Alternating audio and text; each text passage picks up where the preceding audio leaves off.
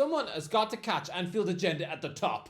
Someone has got to do it. Hello, I am the Irish Guy, and yes, this is my Premier League prediction series where I go head to head with other YouTubers.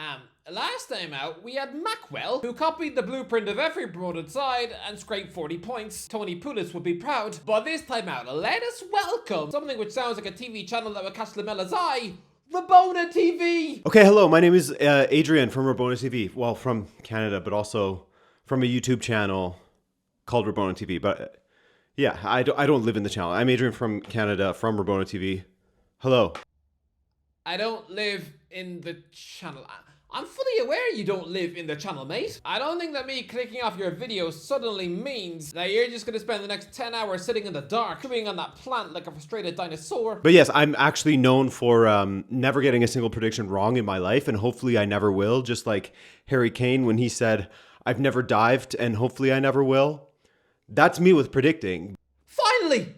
Oh, so he finally stumbled upon the world's greatest predictor. Is this someone who is finally gonna pull Anfield's agenda off the top? And lads, somebody needs to. The fact that nobody else has managed to climb to the top of the leaderboard all season long, the fact that Craig has been up there all alone on his throne, looking down on the rest of the YouTubers in this pile as if they're half-eaten gingerbread men. No, we need a competitor to throw him off the top spot. Maybe someone needs to feed him poisoned wine like in Game of Thrones. I don't know, but come on, surely we need another number one. But in all seriousness, my record is incredibly inconsistent. Oh. I'm kind of like the Darwin Nunez of predictions, so Magpie Channel, I may be hoisting you from the gutter, man, so. Oh, no!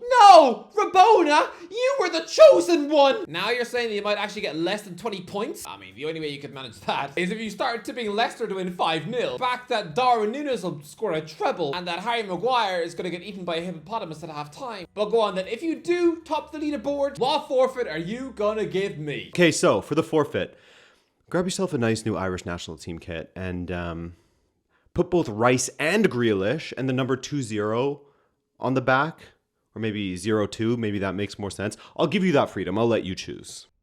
Wearing an Ireland shirt with both Rice and Grealish on the back. I would sooner wear a jumper made out of Danny DeVito's chest hair. Right, let's go. Brighton versus Bournemouth. Seagulls and cherries. A coastal town versus another coastal town. The battle of the beaches. Look, I was stalling because this is a tough call. Bournemouth have been winning away quite a bit. I know they have a decent away record, but they will be without Zabarnyi.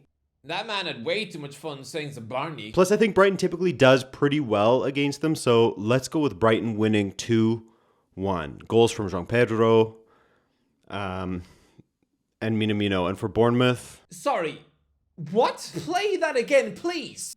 And Minamino. Yeah, it would be very impressive to see Minamino score against Bournemouth. All the way from France? You picked the wrong Japanese winger, pal. Does he think Matoma is Minamino in disguise? And this is the chosen one who's supposed to wrestle Anfield's agenda off the top? Matoma is a superb, dazzling winger with excellent technique who was on the verge of being offered £400,000 a week last month. Minamino is a crumpled up ex-Liverpool shrew who was at Southampton, looked about as talented as a dead bird on a stick. For Bournemouth, I don't know, Clivert? Sure. The fact that this man is actively tipping Bournemouth to lose a match. Oh, that's one way to make me want to bite off your eyebrows. Andoni Iraola has put together a colossally amazing Cherries team, and you're saying that their Champions League ambitions will now sink like a stone? Me listening to somebody tipping Bournemouth to lose is a bit like me overhearing somebody calling my daughter fat. I'd be very confused because last time I checked, it was actually impossible for teddy bear girlfriends to give birth. Look, I'm gonna go for a draw. I know you probably don't expect me to say a Cherries win, but now Brighton is a tough place to go right now, so yeah. 1-1, João Pedro and Danga Otara. Crystal Palace versus Aston Villa. Palais de Cristal versus Aston Villa.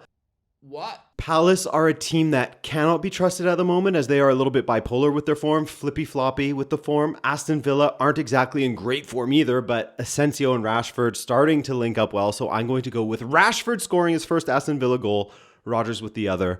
Oh. It had been a while since we had a guest backing Rodgers to score. I thought people being blinded by this man's media hype was starting to fizzle out, but no, here's another one. Oh lads, it feels a bit like when I was growing up and everyone was obsessed with Avril Lavigne, some annoying skater chick who made terrible tunes and it looked like she kicked bunny rabbits in private. The Morgan Rodgers hype is another one. I don't get it, he's not even the best English Morgan in the league. I think Gibbs White is better, but all the kids have been brainwashed to like him as if he was born Barney the dinosaur. Okay, Rabona. If Roger scores tonight, alright, then I will pour an entire box of cornflakes over my head in public. Yeah, I would look like a creep. Watkins with another one, and a goal for Palace as well, which would be 3-1. And for Palace, it'll be Mateta. Interesting. Villa win, eh? Look, Crystal Palace have been really good on the road lately, but not actually very good at home. Losing to Everton, Brentford, 4 home games ago, they were leading in 5 against Arsenal. Sellers Park has not actually seen a home win since before Halloween. That's Oliver Glasner's only home win of the season, which is absolutely frightening. Isn't Sellers Park supposed to be a booming atmosphere? And yet the Palace season ticket holders have only seen 1 win? By the way, I know they beat Southampton at home after Christmas, but I'm not counting that. A 1-goal home win over Southampton. No.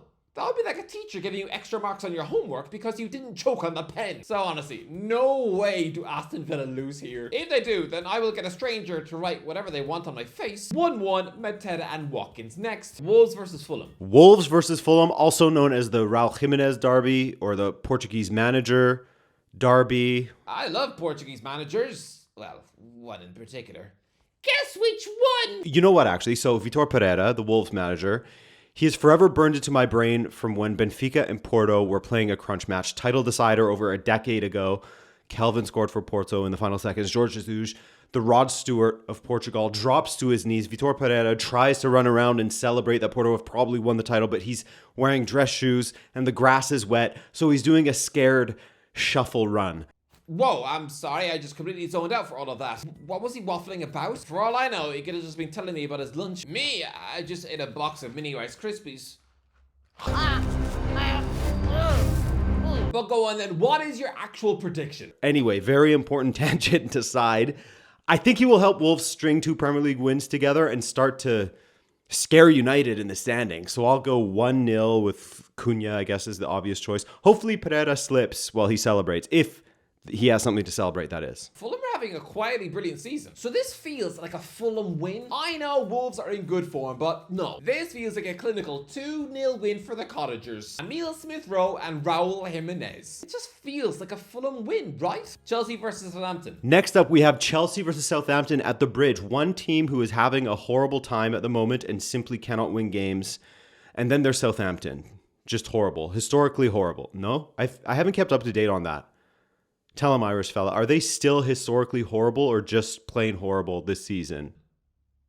Tell him, Irish fella. Don't tell me what to do! But no, yes, Southampton are historically horrible. Yeah, as it stands, they are on course to be crowned the worst ever Premier League side of all time. And do you know how impressive an achievement that would be? To get fewer than Derby County's 11 points from 2008. That was an outstandingly low bar set by that club. 11 points. Getting more points than that should be a doddle for anyone. Derby only won 1 game that season against Newcastle United, who didn't even beat them at home either. Yeah. Imagine walking into school after that. I was pulling people's lunch out of my hair for weeks. Derby were extraordinarily bad. Christ above. Their final home game of the season, they were losing 4-0 to another team getting relegated. They conceded nearly 90 goals. They had a fat Robbie Savage in midfield. And do you know what's really sad? Laurent Robert was a part of that mess. Somebody who was a typical Barclays man. A sensational French Newcastle United winger who used to bang in goal of the season worldies on a monthly basis. I mean, kids these days won't have a Scooby who he was. Well, lads, he was class. Yeah. Even he was part of this Derby County horror show. How undignifying is that? It would be like a brilliant actor like Bryan Cranston. Now reduced to cameos on Mrs. Brown's Boys. It would be like seeing Matt Damon on Love Island. Yuck! But yeah, Southampton are brutal. If Enzo Maresca doesn't get a win, then the bald fraud accusations will be undodgeable. But I don't think he will lose. I think that Southampton will find a way to draw. 0-0. Draw? 0-0? Look. I'm currently choking on the banana I had last month. I actually feel like my lunch is now undigesting in my stomach out of sheer protest at that horror prediction. 0-0 against one of the most unfeasibly awful Premier League defenses in history. If that happens, if Chelsea fail to score a single goal against this absolute dog-sick team, then forget about the sack. Maresca should be given to NASA and sent to live on Mars, just chilling with aliens. Probably the smelliest prediction of this one so far, but hey, like I said, never got a prediction wrong, hopefully never will. Sorry, but 6-0. Chelsea are winning. Look, Southampton have actually kept a clean sheet in West London this season, scraping a 0-0 at Fulham. But no. If they repeat it at Chelsea, then I will personally fly to Canada and let you sneeze in my face. Next up. Wait, what's going on here? Where's he going? Sorry, what just happened? This looks like one of those paranormal activity films where the husband suddenly thinks he spots a ghost in the corner. Except he's usually panicking and breathing heavily in those films, not acting super casual and nonchalant. What's going on here? Okay, sorry. This is my first time making a YouTube video, so you'll have to excuse the technical issues. Yeah, he hasn't seen a ghost. He's probably just noticed a yogurt stain on his wall. By the way, Rabona, if this is a 0-0 in the Chelsea match, I will personally give you 50 points. Brentford versus Everton. So yeah, given Brentford put 2 wins together now against teams they should beat, I think they will beat Everton 2-1. Doucouré for Everton, Damsgaard and Visa for Brentford. Let's go with that. Look, this seems like a fairly reasonable shout, and I should follow your lead. I should tip another Bees win, as they are simply a much better side than Everton. But the new manager bounce, I think it could pay off with a squeaky result for David Moyes. I can sniff out a 2-2. Goals from Mbemo, Wisa, sure. But I reckon Beto nets another one for Everton. And I can just smell a late equalizer from Carlos Alcaraz. 2-2. Man United versus Ipswich. Surely United won't lose this one, right? Surely Delap won't do it to him, right? Surely the United defense won't resemble the Old Trafford roof, right? The Man United fans won't like that one. Now, I am an Amorim enjoyer. Despite him turning Sporting into an incredible force in Portugal, his Benfica associations caused me to still like the dude. Okay, I can't help it. Hang on. Does this guy support Benfica? Hang on. What? I assume by his voice alone that this fella was a mega fan of Toronto FC and that he turns up to most matches with a giant foam finger and a jumbo slushie sitting in the crowd cheering on Matty Longstaff. But no, he's actually a Benfica fan? I'm now so very confused. That's why he compared himself to Darwin Núñez earlier. That's why he waffled on about Vitor Pereira. Benfica. He was me thinking he was some innocent MLS fan when secretly he's probably got a back tattoo of Bruno Lage. And I have opinions as to why he should continue as is, but that's not what you're asking me about. We're here to get you that lovely Grealish and Rice 2-0 jersey, right? So I think United will win this one. More than that, here's my big prediction. I think they will do the impossible and score a first half goal. Right. And it'll be from Casemiro. Then get a second in the second half from Bruno Fernandes. Delap for Ipswich. 2-1 United. He's even saying Bruno Fernandes, not Fernandes, like the rest of us muggles. Christ, well, this guy is secretly Portuguese. I've got to say, this is a plot twist. Like finding out that Bruce Willis has been dead all along. Or in the Lost finale, when it turned out they were all living in a mouse's dream. Or something. I don't know, it's been 15 years. But look, I'm going to spook you here, Rabona, if that is your real name. I'm going to go for the same prediction. 2-1 Manchester United. Goals from Fernandes, Delap, and a late, clumsily bundled in winner from Maguire. Yeah, just a narrow 1-goal win over a club who he once stuck 9 past. Nottingham Forest versus Arsenal. The Tricky Trees hosting Arsenal. Arteta versus Espírito Santo, which, by the way, did you know that Espírito Santo is the Holy Spirit in Portuguese? What? So, Arsenal don't have any goal scorers in their team. They do have plenty of injuries, but injuries only win you points on Twitter, because I see Forest getting a 3-0 win with 2 goals from Big Wood and a single from Elanga. Praise Nuno Holy Spirit. The title race is over. But look, wow, a 3-0 Nottingham Forest win? Sorry, Rabona, but you just fell into the same trap as the previous guest. Both you and Mackwell are now stranded down a well because you both backed Nottingham Forest to inexplicably win 3-0. No, this is Forest's descent back into mid-table. They're not suddenly going to boost their Champions League delusions with a 3-0 win over Arsenal. No. I'll go for a 2-1 Gunners win. They need to win. So yeah, I'm going to go for a Forest goal from Callum Hudson-Odoi, but second half strikes from Leandro Trossard and Ethan O'Neary. A huge Gunners win. Oh, Rabona, I'm going to look back at this prediction later this week and laugh like a giddy goose. Tottenham versus Man City. Pepperoni and the boys go away to Hotspur Stadium. What? First prediction is the number of scratches we will see on the head of Pep Guardiola, in which I'm thinking we'll see a total of 3 visible scratches from this match.